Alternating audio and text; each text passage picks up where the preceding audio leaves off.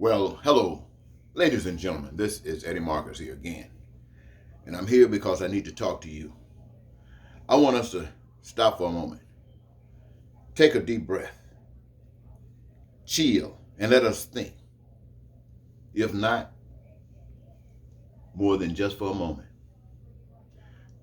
Take some time to recognize what has happened to us, what has been revealed and exposed to us, at least over the past, at least 5 years. What have we seen? What have we seen, ladies and gentlemen? Have you really given some thought? We have seen the emergence of a level of evil that many of us had not experienced in our lifetime. Now, a lot of us have, but many of us haven't. You see, a lot of us, we recognize in the beginning of our lives, back there when we were really known to be treated as second-class citizens, when we were known to have suffering and pain all over the nation. And I'm not just talking about people of color. I'm talking about all human beings, but all Americans as well. Each group has been represented in every level, except very few in the high echelon. But I want to say, ladies and gentlemen, let's give this some serious thought. Over the past 5 years, we have seen hatred, racism, bigotry magnified. I mean, truly magnified. We have seen the power structure of the nation represented by those that wear what you call the force, the gun. We've seen cops killing people all over the nation, all over the world, just killing people. Whether it was something like George Floyd or whether it's a war, killing people, ladies and gentlemen. This is what is going on in America. This is what's going on in the world. But focus, if you will, ladies and gentlemen. For over 400 years, we as people of color have been treated as second-class citizens. There's no doubt about that. In most instances, or if not most, but many instances, you've heard the rhetoric about what we're going to do, how we're going to address these situations. And for 400 years, we've been hearing the repeat of the conversation. We've been hearing the repeat of the propaganda. But we're walking around in the same shoes that we've been walking around all along. And it didn't matter if they moved us up the chain. Somebody else had to fall in order for us to be moved up the chain. And that's no good. And here we are, still recognizing these things. And on top of all of that, ladies and gentlemen, a group of white terrorists of this country, composed of the haters, the racists, the bigots, the Confederate flags, and I'm saying this, the Trump flags, the blue flags. I don't know what the blue flags represent. Badges, women, children came, my friends, upon the nation's capital. I want to call it our capital. They want us to believe that it's our capital, but it is the nation's capital. And they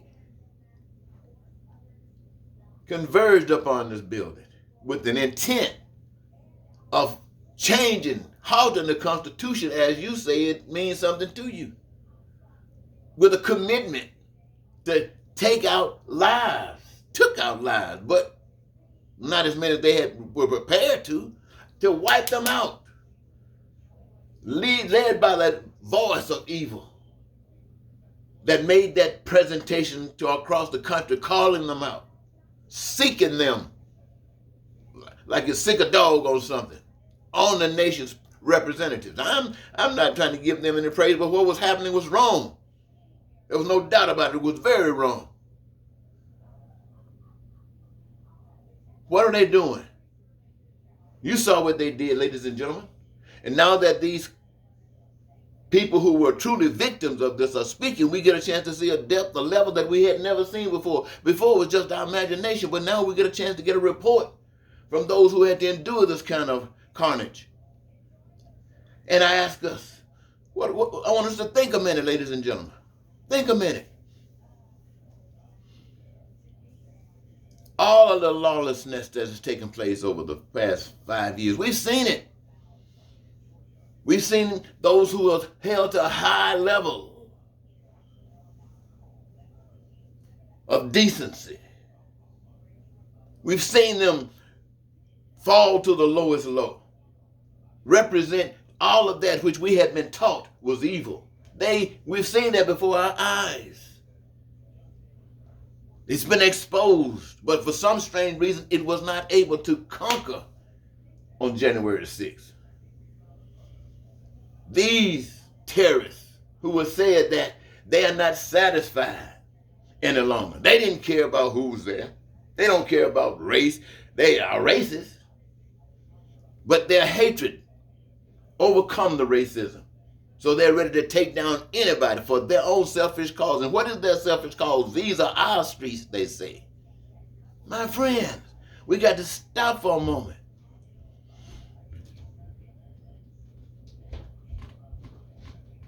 And even though these who perpetrated this, the voices who really walked and led this insurrection, even though they were halted at a certain degree, everything that brought them to that point is still there. It hasn't gone anywhere.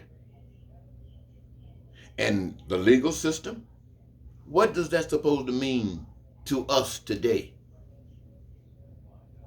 Making those same vows, taking those same oaths, the kind that the senators took right before they had this supposedly trial for this voice from the pit of hell. They're the same people. So we go back with a different figure sitting in the Oval Office, setting up the same kind of system, taking the same oaths that we just got through going through. Is this the way we say they're expecting us to just get along, to move along, having gone through all of this, and it hasn't gone anywhere?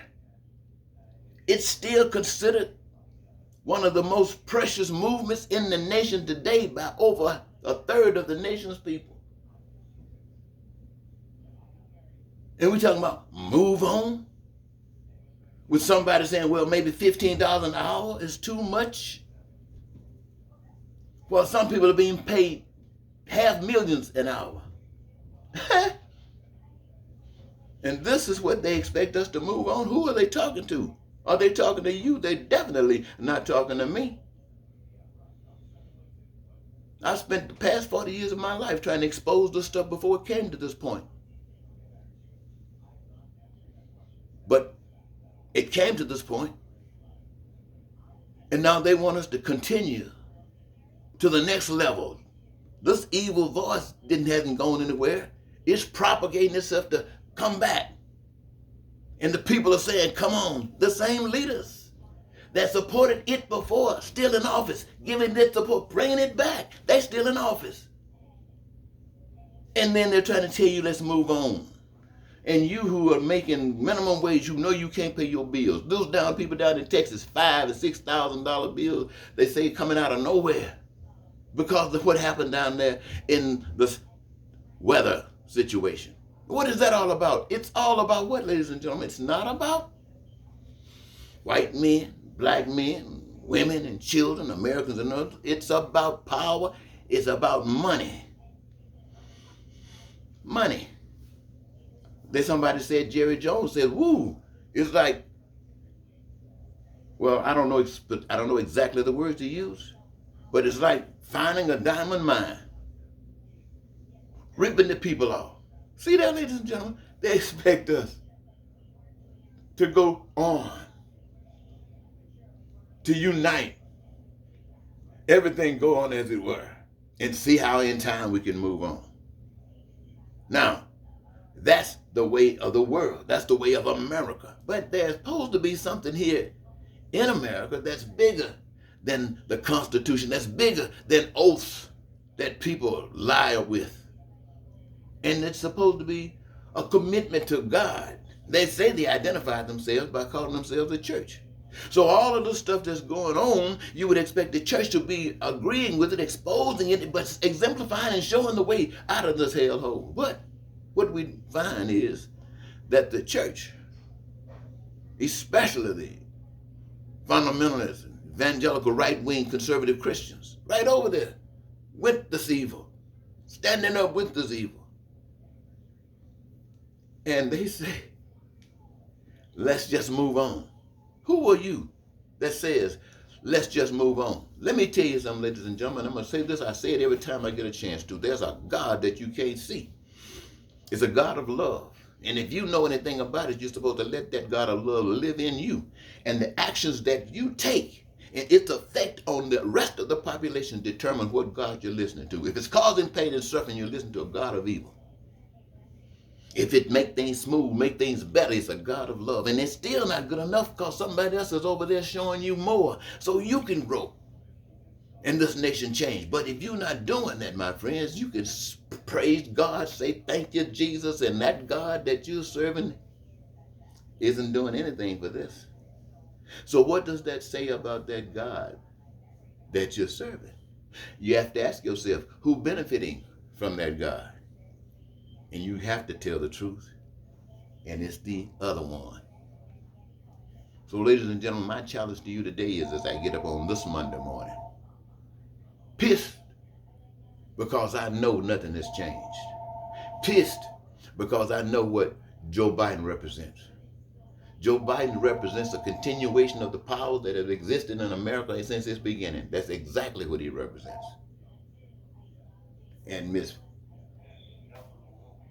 the Vice President, Ms. Harris. But does that indicate this kind of change that I got through talking to you about? Of course not. So it's all over there with the ways of the world. But I say, ladies and gentlemen, if you think, and every last one of you think that you need food to live, act like it. If every last one of you think you need shelter for whatever purposes it's for, act like it. And if every last one of you believe that you need the benefit of education if you want it, act like it. If you think that if you're sick, you want to be treated, cared for, and cured, then act like it. If you say you want peace, act like it. If you want prosperity in life, act like it. If you want joy in your life and freedom, act like it. If you want your dreams to come true, act like it. Now, you say, what does that mean, act like it? I mean, let God, this power you can't see, live in you and stop listening to these folks that's brought us to this hellhole. Stop listening to these folks that brought us to this hellhole. And don't pick up nothing to fight them. Just stand up for what's true. Stand up for what's right. And I tell you, that which we can't conquer with just standing up for what's right, that invisible power that you can't see but lives in you, if the evil is so much that we cannot conquer it, a certain portion of it, then that power will handle it. That power that opened up the Red Sea will handle it. See, ladies and gentlemen, I'm just telling you the truth. Maybe like you never heard it before. But I want you to understand, at this point, everybody is guilty. Guilty for whatever the reason. We all born to this hell. We came here innocent with all of everything necessary to make this a beautiful world. But we were corrupted by being born into this hell cesspool. You talking about cleaning the swamp? We were born into the swamp, all of us. And we're wallowing in the swamp today. And the whole mission is how to come up out of the swamp. And if we can't come up out of the swamp, how do we clean the swamp up and make it look right here what used to be a swamp, just like it's in heaven?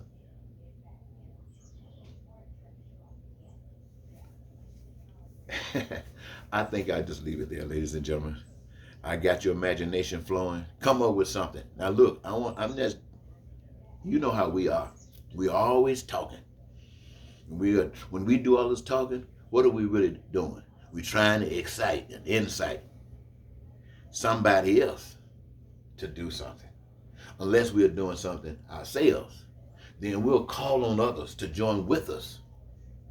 And so I'm calling on everybody that's protesting for any individual situation, individual concern, whether it's health, whether it's transportation, if you're all or schools, or whatever I want you to come together like you did in the beginning over there, I think a few years ago.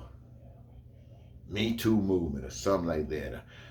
Come together, but if for one cause, and that's to make this a better world for all of us. And what does that mean? How would God fix the situation? I didn't even tell you that. Just got through fussing, didn't even tell you that. Now here it is.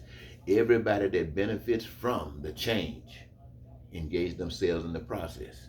That means everybody. But to make it a beautiful thing and not a curse, everybody get a career of their own choosing, something that they love doing. So you don't even have to worry about it. They're not going to miss the clock. And there might be people hoping that they miss the clock, give someone else an opportunity to spend more time engaging. So, hey, that's how God does it. Everybody engages themselves in the process. All of the people make all of the stuff that everybody need, want, or desire. And when you do that, it all belongs to all of the people. And you take it from it as you need, as you want, as you desire. And you're governed by that. You see what I'm saying? So you don't have to sell out. All right. Goodbye.